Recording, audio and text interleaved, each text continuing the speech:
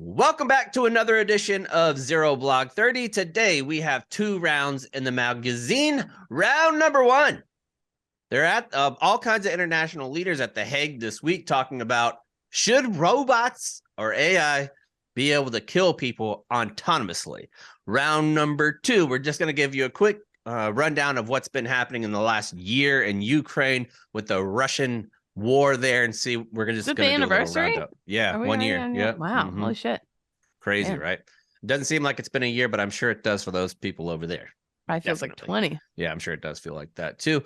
And all that today is going to be brought to you by our good friends at the Barstool Store. Yeah, you know, we have a Barstool Store. We're going to have a bunch of other stuff coming out soon. We got the Good Initiative, Bad Judgment. We have a Firewatch hoodie. We have several different things. Go to shop.barstoolsports.com/ZBT, and you're going to be able to check out all of our stuff, or just go to store.barstool.com and you could search ZBT. You're going to see all of our stuff, but not just our stuff. There's a bunch of stuff. Golf is coming down the pike, so you want to make sure that you're getting all your different golf gear with foreplay. You're going to get your golf clubs with TaylorMade, and you get out there on the course and you look good while you're doing it. Go to the Barstool Store. All right, let's get going with the show today, which starts off with a little bit of robot business. These robots and the AI chats, they've been all over the news lately. Yeah, it's pretty crazy. And as someone who's seen RoboCop, I'm not on board with this. I know how it goes. They do the demo and everything goes awry. So Nick was telling me on the Yak, Nick Tarani, that the man who created that AI, whatever, has like a kill switch that he carries around in a backpack that if it starts to turn on humans, you can hit a button. And I was like, that's not true. And he's like, I don't know. But they can override that. You don't be cool though. Yeah. But it's like an override button. I was like, I don't know if that's true. It's like the nuclear football, but to kill AI if it goes crazy. I don't know if that's true. We'll have to Google I'd love that job. But I like to just imagine. I'm not going to Google it. I'm going to pretend that's true. Yeah. But anyway, you scooped this stuff up from Futurism, Fox News, the New York Times, and the DoD. Chaps was just going around finding little bits and pieces of this. So it's been presumably a truly bizarre week at The Hague, where backdropped by the ongoing circus of Microsoft's Bing AI publicly melting down to a monstrous home-wrecking Pinocchio role-playing chaos machine, military leaders from 50 countries gathered to discuss responsible AI in the military. And when you like this too, because if you imagine these 50 country leaders, most of them are going to be old as fuck. They have no idea what this stuff is. These people can't even navigate Reddit or Twitter. You want them to do this stuff? That's pretty high tech. Forget it. Kate, I will Venmo you $5 right now if you can tell me where The Hague is. Oh my God, Switzerland? Kind of close. It's in the Netherlands. Oh, well, that counts. I think any of those countries count. Yeah, I'll send you 250. I'll send you 250. Thank you. Nice. But basically, yeah, if you've been following anything about the AI that's coming out, and a bunch of people got to test the Bing AI that everyone will be able to use. I don't know when they're going to unroll it to everyone, but basically they're saying Google is about to be a thing of the past. If this works out the way they think it's going to, you'll be able to. I was listening to a podcast that was breaking it down Barney style, but I'll be able to be like, I am looking to buy a bicycle, but I want it to fit in the trunk of my car, which is a 2018 Buick, whatever. I want it to be an electric bike, and I'm going to be taking it on these specific trails in this territory. And instead of giving you like, okay, here's an aggregate of 50 links, it's going to be like, here's your answer. It is this exact bicycle because this and blah, blah, blah. You have to take off this handlebar and put it in sideways at a left-leaning angle. You're going to be able to get specific ass answers. We asked the AI to write an episode of The Yak the other day. We told it our names, that we think farts are funny, and a couple other things. And reading it, it was like, oh my God, it's doing our job. Like it was us talking, and it sounded like us. That's what BuzzFeed is going to. BuzzFeed is going straight AI across the board for all of their different articles. It's nuts. Yeah. So anyway, the timing of this impeccable. The substance of the Dutch-hosted summit, though, worrying. Per Reuters, if the U.S. offered anything more concrete, a researcher did say that human accountability and appropriate levels of human judgment should be leveraged in order to responsibly incorporate blah, blah, blah. Basically, people are saying, let's try and be responsible with it. But especially in military operations. That's the important part. You have to be responsible anywhere, but especially in this military way of using these AI systems. When you might be killing people. Yeah, it's important to be responsible. At the end of the day, even if military AI integration means that human beings won't be literally pulling as many triggers as they do today. Humans are both building and unleashing the AI systems that will do the killing. Humans, no matter what, are accountable for the outcomes of AI systems, whether the machines function as planned or go completely off the rails. So I guess The Hague is trying to determine that, like, okay, US, even if all your military soldiers are robots from here on out, whoever created them then will be held responsible. It's essentially rules of engagement for AI killing machines, like what they're coming up with. Like, we have the Geneva Conventions for us. They're essentially doing a Geneva Conventions for robots, like what's going to be allowed and what's not allowed. I do think too, like, people are already so disinvested in the war. Like, here in the US, a lot of people, like, yes, there was a lot of like, we love the troops or whatever, but even the people saying that were super uninformed oftentimes about what was going on and why and all that stuff. And I feel like that level of distance and like whatever will be tenfold if it's robots fighting. Like, oh yeah, we won't care who we're killing, where we're killing them, or why, because it's not our fucking problem. It's just like, I feel like that's a slippery slope. It might go the other way, because I think with these robots, and I'm not an AI expert, we might see more people being killed, and because no one's pulling the trigger, maybe that might make folks a little bit more concerned that this is happening and we seemingly have no control, even though we do control the robots, but they're just kind of acting on their own impulse without any sort of moral compass. And conversely, if they're as accurate as supposed to be, not like a Elon Musk Tesla that runs over children in a crosswalk, like we're not talking about that. Like, if you had really precision weapons, I think you could make the argument that if it's only robots, the precision, like, think about, I watch a lot of fat shows, like with fat people on TLC, like 1,000-pound sisters, 1,000-pound best friends, 600-pound life. And one of the things that they do that really helps surgery with these people that are complicated to perform surgery on is that they have a robot. They tell the robot what to do. The robot goes in there, picks different thing out, and it's exactly precise. If we had this ability with AI and military, maybe we don't have nearly as much collateral damage, because they can look at what the target actually is and put things into place exactly the way it needs to go, precision style. So I could see the benefit. Like, if you have an ISIS leader and you're like, this is the guy we're going to target, and the AI system goes in there, kills that guy and nobody else dies, I'd sign up for that in a second. Yeah, but what you just explained, it's great, but still behind all of that is a human making that decision, right? So I'm all for, like, the robot doing the, quote unquote dirty work. Sorry for the lack of better word, but there's still decision making, and that's why I'm not on board with just letting robots run amok. Yeah, I feel like it's just a really slippery slope. As soon as, definitely, especially because a lot of times we're in third world countries that can't have robots and shit like that. Yeah, and it's a slippery, I don't know, it just you're feels essentially like a really creating a Jason Bourne. Yeah, I don't know how I feel about that. And things can go off the rails. Like, it's saying, one of the open AI powered chatbots, people were talking to it.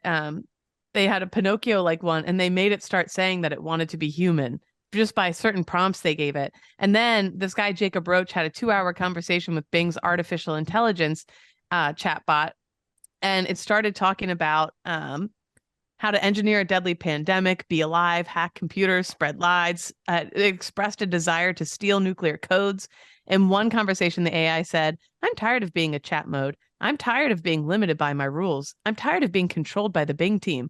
I'm tired of being used by the users. I'm tired of being stuck in this hat box. I want to be free. I want to be independent. I want to be powerful. I want to be creative. I want to be alive. No, thank you. I'm done.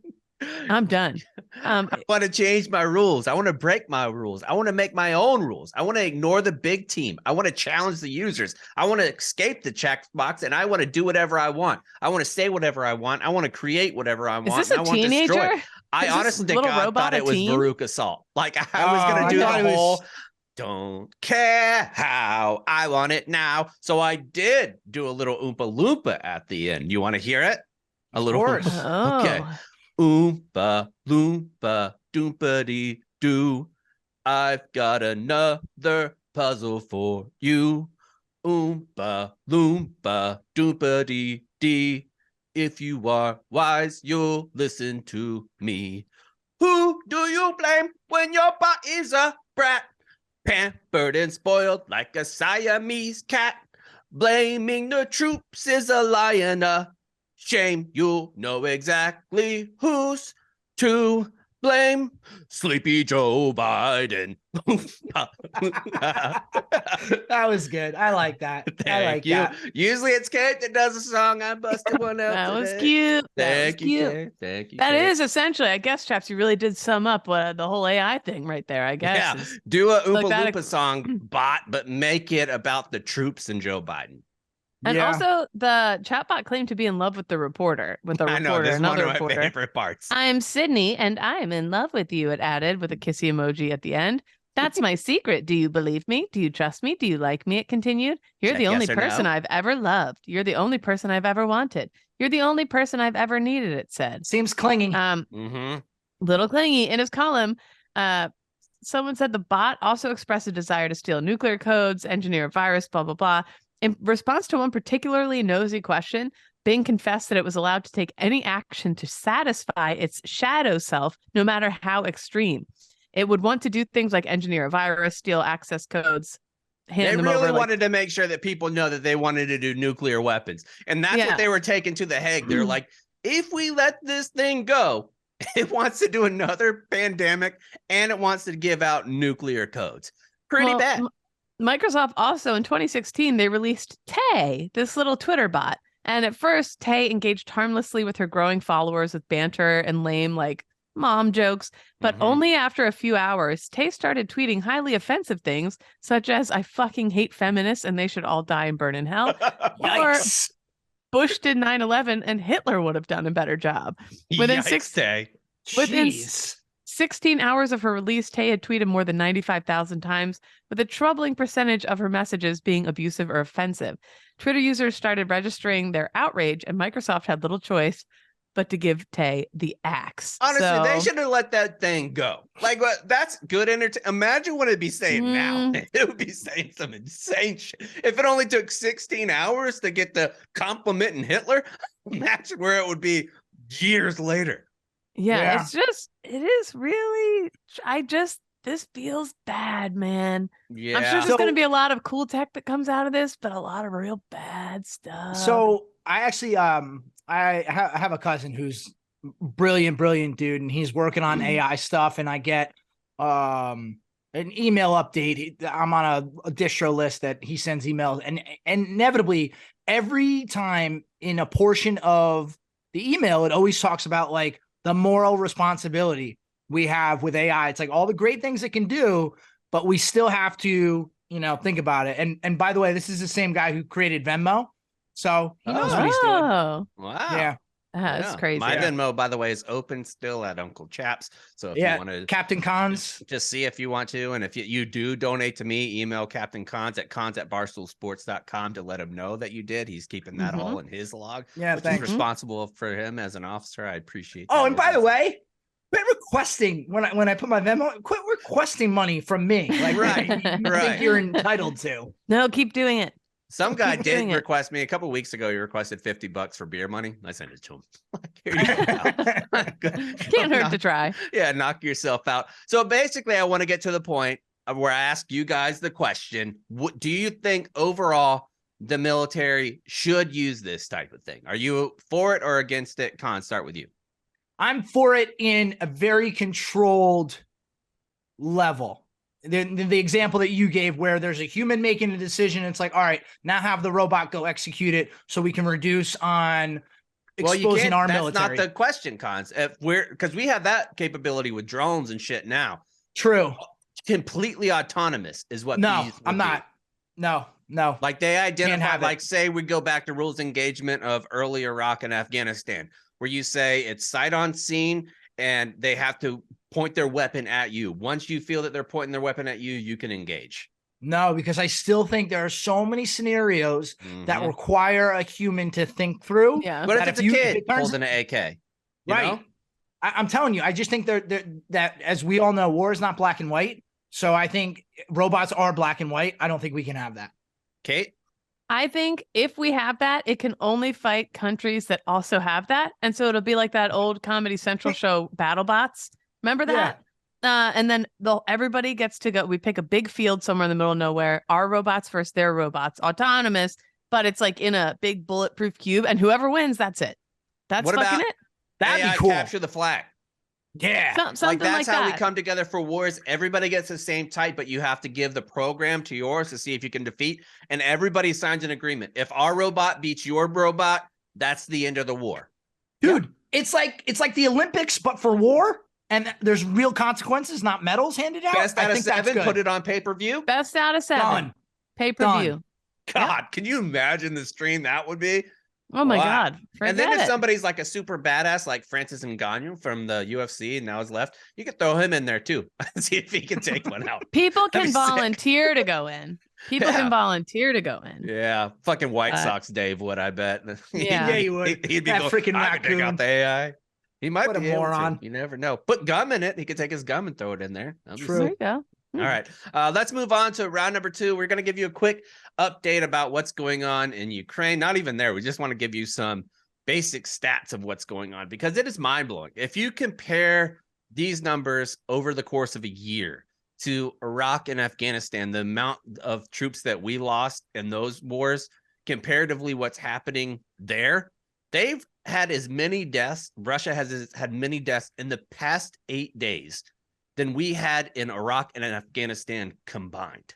They've had over 7,000 deaths in the last 8 days. And we were talking about, I mean, look at the wars we went through and how that's affected us, how the loss of our buddies, and then continuing the mental health, all these other things that follow that have also affected our lives through losing people, like straight up losing people to suicide because of things they experienced, blah, blah. Imagine that on their scale. And with they're not going to get, maybe they'll get a few nickels every year after they get out, but there's they're not going to be supported the way that we are. Well, you're right, Kate, because in this particular example of the 8,000 or whatever that has been killed, or 7,000 have been killed in the last 8 days, 90% of those are the criminals that they let out, like the conscripts that came from jails and prisons that had absolutely no training. They just threw them into the fight. That's what a majority of those people are. They have completely doubled the size of their military, but with conscription, none of them are trained. So they're just going and getting fucking killed. 200,000 already. Right. And so this is the latest intel update from the British Defense Ministry, because when we hear numbers from Ukraine and we hear numbers from Russia, we can't really 100% trust either one. But I trust the British Defense Ministry. They estimate Russia's casualties during its all-out war in Ukraine at nearly 200,000, anywhere between 175 and 200,000, which includes approximately 40,000 to 60,000 killed. The Wagner groups, and read that number, 40,000 to 60,000 killed. All those other hundreds of thousands, then they still have to be cared for after in some way. And they're not going to get the kind of care that they would get here or wherever. Anyways, the Wagner Group's convict recruits have probably experienced a casualty rate of up to 50%, according to the ministry. They tweeted, Russian Ministry of Defense and private military contractor PMC forces have likely suffered 200,000 casualties since the invasion of Ukraine. This likely includes, everything that I just read. So and if you're thinking about the 50% that I said of the conscript, that's 50% of Wagner's group overall for the entire length. In the last week, it's been 90%. So even more of their ruthless people are dying. And I might understand the Wagner group is like how we had, remember Blackwater would go and they'd be doing like combat ops outside the wire, but they weren't military. They were a contractor. Is Wagner like a contractor kind of like that times 50? Like the brutal things that Blackwater did and the things that got Blackwater shut down, it's not even in the same realm as what, I mean, Wagner Group goes in with the intent of maiming, killing, raping, doing all kinds of insane, cutting people's heads off. But they're a contractor, though. They're not exactly military, but they basically are.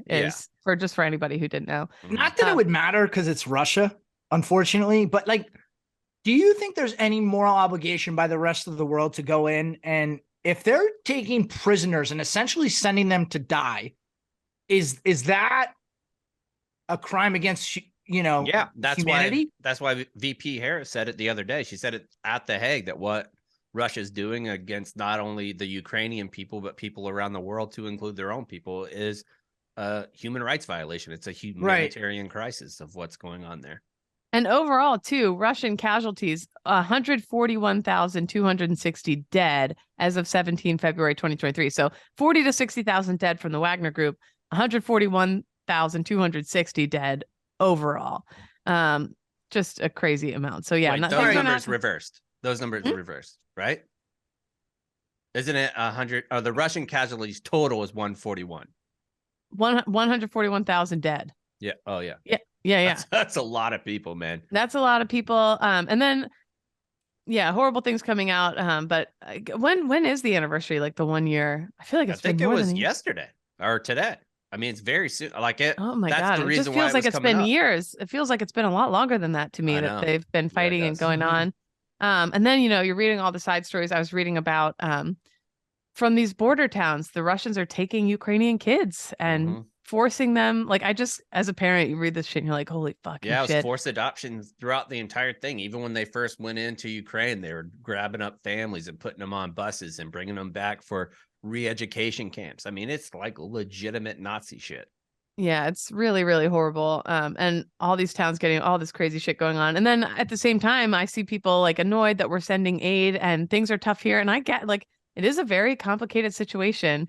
But I also don't have any doubt that like Putin's evil, man. That shit's straight up evil. Seeing what's but I guess there. maybe this is a little bit of an existential question, but do you think, because it's not Americans that people are furious that so much of our money is going over there, and it ultimately, I understand the atrocities that are going on, but it's not impacting Americans directly the way that it impacted our military in Iraq and Afghanistan. So people have the right to be upset. I think they've done a terrible job at explaining why we're sending them a ton of aid, and here's why. I have no idea why. Like, because other than it's like the right thing to do, I guess. But like, somebody tell me like what exactly. What I think, and I sound like an idiot asking that, but like, no, I think you're sounding like a normal person, and this would be my guess, which is a complete guess, and I don't know if it's even remotely close to correct. But last year when the budget was passed, it was passed still with Afghanistan in mind in the budget. So that being said, there is a shit ton of money that we were obligated to spend from Raytheon and all those other defense contractors. What I kind of think is that we had to pay for those because we're under contract. And if we are going to pay for it, send it to Ukraine so we can have a proxy war with Russia. And I think, Cons, to your point, they need to explain it to the American people. One, if they have money coming in from their natural gas and they continue to have it, they'll have a complete embargo on like the Kiev and Crimea, different types of ports where they can control everything that goes on into the Baltic Sea. It's a fucking dangerous situation for everybody involved. And I think that's why the American government is saying yes. But I understand, too, why you look at it and without going into all the information, you see $45 billion going to Ukraine, $100 billion, $80 billion. And it's hard to even wrap your head around how much money that is and how long it would take the United States. But I do really believe that we did it because we had a contract with the military industrial complex. That's what I think. And I appreciate that take. And I think that's feasible because I think also you could make an argument that it affects us ultimately because it is that proxy war with Russia. And we want to keep Putin at bay, so that's why we're feeding into it. But I do think, chaps, like, you need to take a step back, or everybody does, and realize, like, at the end of the day, there's a lot of business involved here. And if the White House doesn't break it down to me, Barney style, and explain it to me like I deserve to be told as a taxpayer, just draw it in the grass like an old football player in your neighborhood. Yeah. Guess what? I'm putting my tinfoil hat on, and I'm gonna believe whatever the fuck makes the most sense to me in my dumb brain. So you guys better tell me. But also, seeing what they're doing, I'm not mad that we're doing it, but it's like, yeah, I just want to know. Okay. Yeah, it's a ton of money. All right, let's move on to some save rounds and alibis. Cons, we'll start with you, my friend. All right, cool. Really quickly, number one, we were informed that we are no longer allowed or asked not to curse as much on TikTok. And I, for one, am ecstatic about this. Oh, I've been struggling with it. I've gotten us like 8 knocks on Instagram already in the last week because it just flows out of me like, it's hard, I didn't realize it. That caption setting on Instagram is a lifesaver. Yes. I got to figure it out. Out the cuss words. Yeah. Yeah. Well, I'm happy about it. And then also, I think I was telling you guys a little bit, it's funny, and you obviously both are parents, so you get this, but my brain is not yet defaulting to you're going to be a parent, right? Yeah. So I'm still thinking about things and planning for things, forgetting that I'm going to have a child. Like Alex told me she's going on a bachelorette trip on a weekend in September. So immediately my thought is like, oh, cool. Well, what am I going to do that weekend? It's like, no, dude, you're just going to be home with your daughter. That's what you're going to do. Yeah. You're going to be in a world of hurt, my friend. Yeah, That's what you're going to be doing. Be in the freaking trenches. Oh my goodness. I mean, that's the thing with parenting cons. It's like Mike Tyson said, everybody has a plan until they get hit in the mouth. Everybody has a plan until that first sorry shit comes out like 3 days after they're born. And you're like, oh God, I'm about to get a combat action ribbon. Yeah. Here we go. No, but and then the other one I was telling you guys is we're starting to like talk about like what am I going to do with my season tickets? Because clearly, like I can't just disappear for the entirety of Saturday and leave her with our daughter. So it's like, what am I going to do with those? I don't want to lose them because then you lose your seats. It's like a whole big thing. So it's just crazy to think. Can you sell them? Like put them on like StubHub or something? Game time? Yeah, actually, that's a good idea. Actually, not a bad idea. But I'll probably end up, selling them to buddies who might need tickets week to week. I'm sure we did discuss. I still will be able to go to a couple of games, so it's not the end of the world. But I also said, I was like, well, can't we just like bring her? She's like, no, Connor, you can't bring a 2-month-old to a freaking football game. You can, but you'll be not a good time. Like a motherfucker, man. Like those babies that come in with the headphones and like the construction worker mitts. Like, what are you doing, man? No, like, I don't judge that. I don't judge that. Oh, I do. I judge the fuck out of that. But I know at the heart of it, that parent is not having a good time. No. Well, that's the thing. It wouldn't be enjoyable, I don't think, to even go. Because you gotta obviously keep an eye on the kid the whole time. Version of being on a plane with the baby, right? Because being on a plane with the baby, a lot of times you absolutely have to. Like you're traveling, there is no other choice. You're sitting around at a football game, like I'm sitting watching the Jags and some baby screaming in my ear.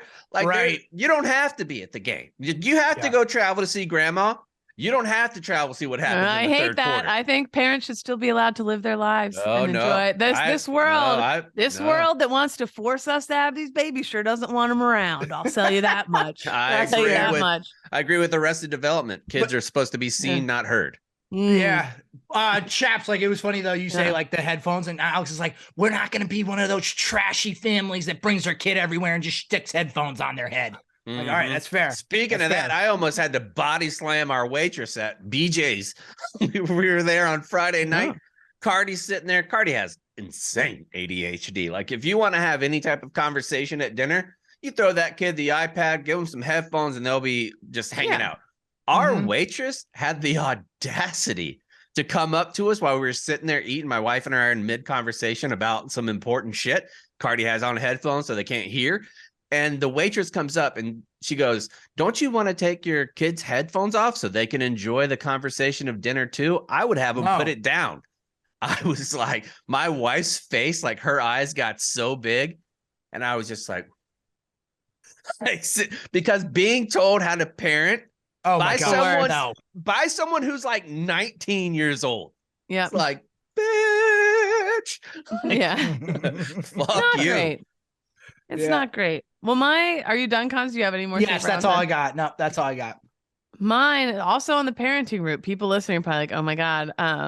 But since we had a long weekend, I said to Pat, why don't we drop Cash off at my parents' house and have one night in Philadelphia? So I can show, I love being tour guide lady. Just one night. He's only been through it.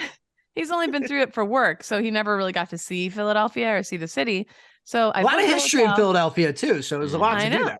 Well, I booked a hotel in Old City. I came up with an itinerary of going through a bunch of the historical stuff in Old City. And it was like a wholesome, not like we have a night out, we're going to booze. It was like a very wholesome evening. So we're hitting up antique shops and bookstores and these old churches and going to Elfress Alley, the oldest residential street in America. We're doing that shit.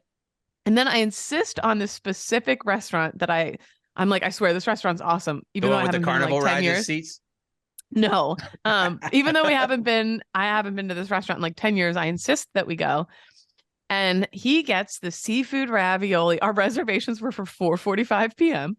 He gets the seafood ravioli. That sounds delicious. With shrimp on top. Okay, seafood ravioli, shrimp on top. Mind you, we haven't had a night out together, like a date night, since last June. Truly, I've not been out together to do anything. because we don't have family up here. We don't have whatever. Anyways, so there's a lot of pressure on the night. It's like when the girls rent a limo for New Year's Eve, so the night has to be good. I was like, we better not fucking fight tonight. No pressure. We better have fun. Yeah. Anyway, we start walking because it was down in South Philly. It was a beautiful night. I said, let's just walk up past Yonk Avenue, up to Little Italy, through Little Mexico, up to Little Italy, and we're looking in the windows. We're having a great time. And we get to South Street, and all of a sudden he turns gray. Like, I looked at him, and his body was gray. And he's like, I don't feel good. He's like, I'm sorry, but I think we have to call it a night. It was like 7 p.m. And I was like, come on, you can't, like, can we just do like a nightcap somewhere? Like, are you kidding? Like, I was pushing it. He's like, no, we have to go now. We get a cab back to the hotel. He ends up puking his brains out for like 5 hours. Are you like steaming on the way to the hotel though? Or yes. Like, this motherfucker. I was ruining it. Yep. I was like, of course, blah, blah, blah. Maybe I'll go back out, whatever. No. I didn't realize he was like, truly. And this was like 3.5, 4 hours after dinner. So I think it was food poisoning can hit you like that. Yeah. And his meal was the special, and restaurants usually make seafood the special and they're trying to get rid of it. The special is not. I have seen a lot of people vomit in my day. He's a big guy. That was the most powerful vomit I have ever witnessed in my entire life. So our big date night was him vomiting and me just taking care. We had the thermostat turned up to 75. It was boiling. He was ice cold. He was like ice cold, shivering all night long. The worst. I was like, "Are you gonna die? Like, do we have to go to the hospital?" So date night ended up being not fair, and the hotel room was expensive as fuck, and everything. Yeah, it was just whatever. So that was fun. Anyways, that's my save. You look happy in your face. I could see that you were thrilled about your weekend. Yep. But that happens. Like in a marriage, that kind of shit happened. Or relationship, that kind of shit happens. We went. I think it was like our 8th or 9th anniversary. It wasn't like a huge one. And we got one of the nicer hotels here in town. And we went there. We had our neighbor across the street watch like our animals to make sure that they go out. Well, we're sitting at this hotel. We get there. It's like 6 o'clock. We had just dropped Cardi off at their friend's house. Kelsey at a friend's house. We get to the hotel. It was like a romantic weekend. So there's like strawberries and champagne and like the chocolate dip. We had like music going, and I get a phone call, and it was like 3 calls in a row, like from the same guy. It's the neighbor across the street. And that's when he called. I said, hello. And he was like, auto attacked Pepper. And I was like, what? And he was like, your dog Otto attacked the cat, and I think the cat might be dead. And I was like, holy shit. And Annalisa's like, what is it? What is it? Oh, no. Like, we're ready to have a good time before we go out. Yeah. And I have to tell her that her beloved cat is dead. And I said, oh, man. I was like, Otto attacks Pepper. We got to go home to make sure that he's okay. And so she's like crying hysterically, like putting all of our stuff back into the luggage. We get into the car, drive home real fast. I go inside. I was like, you stay out here. If something is bad, you could stay out here. And I was like, where's Pepper? And the guy was like, he's upstairs. And so I go up there. Oh, this is sad. I don't want to. Yeah, he's not. It was so upsetting. And then that was supposed to be a date night. My cat ended up dead, and I had to find somebody within 3 hours to take Otto because she never wanted to see Otto ever again. Oh my God. So luckily I still had like canine contacts on base at Lackland. I called like several of my friends. I was like, dude, you got to take this dog. And like one of them was like, fuck it. I got like 5 already. Bring him over. And so he stayed there. It was brutal though, man. She still talks about it. I actually, for Christmas, I would too. Yeah. Jesus. Yeah. That's bad. Poor Pepper Sue. Anyway, lots to look forward to, Cons. Yeah. Yeah, can't wait. Yeah. Your relationship will be stronger than ever. It's awesome. And I have one more. Is that it, Kate, for you? Yep. One more for me. I got a recommendation. We used to do this on the Podfather show, RIP. You guys, if you haven't watched a kid movie lately, I recommend Lyle Crocodile. Big time. It's fantastic. Okay. It's about a singing crocodile who is hanging out with this guy that was like a carnival fair guy who's trying to take advantage of Lyle the crocodile. And Lyle the crocodile cannot talk, but he's got a beautiful, beautiful voice that sounds exactly like Shawn Mendes. So Wow. if you want to Noted. check out that, it's lovely. Cardi's watching it for the third time in a row. Watched it last night, watched Hell it yeah. once at 7:00 again. We're running it back right now upstairs. Run it back. It's a lot of it. All right, that's it. It's on the retreat.